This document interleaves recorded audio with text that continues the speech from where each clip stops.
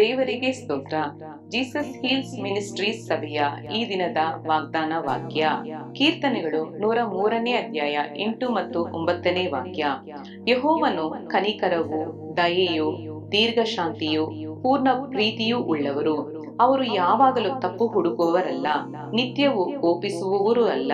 ಪ್ರಿಯರಾದವರೇ, ಈ ಲೋಕದಲ್ಲಿ ನಮ್ಮೊಂದಿಗಿರುವಂತಹ ಕೆಲವು ಮನುಷ್ಯರು ಯಾವಾಗಲೂ ನಮ್ಮಲ್ಲಿ ತಪ್ಪುಗಳನ್ನು ಹುಡುಕುವವರಾಗಿಯೂ ನಮ್ಮನ್ನು ದ್ವೇಷಿಸುವವರಾಗಿಯೂ ಇರುತ್ತಾರೆ.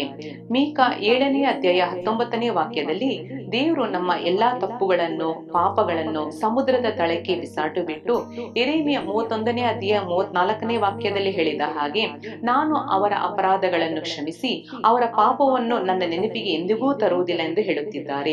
ನಮ್ಮ ದೇವರು ಪ್ರೀತಿ ಸ್ವರೂಪಿಯೂ ಕನಿಕರಾಮೂರ್ತಿಯೂ ಆಗಿರುವಂತೆ ನಾವು ಸಹ ಇತರರಲ್ಲಿ ತಪ್ಪು ಇದ್ದರೂ ತಪ್ಪುಗಳನ್ನು ಹುಡುಕುವವರಾಗಿರದೆ, ಇತರರನ್ನು ಕೋಪಿಸುವವರಾಗಿರದೆ, ಒಬ್ಬರನ್ನು ಕ್ಷಮಿಸುವವರಾಗಿಯೂ ಪ್ರೀತಿಸುವವರಾಗಿಯೂ ಯೇಸು ಸ್ವಾಮಿಯಲ್ಲಿ ಇರುವಂತಹ ಅದೇ ದಿವ್ಯ ಸ್ವಭಾವಗಳನ್ನು ಧರಿಸಿಕೊಳ್ಳೋಣ.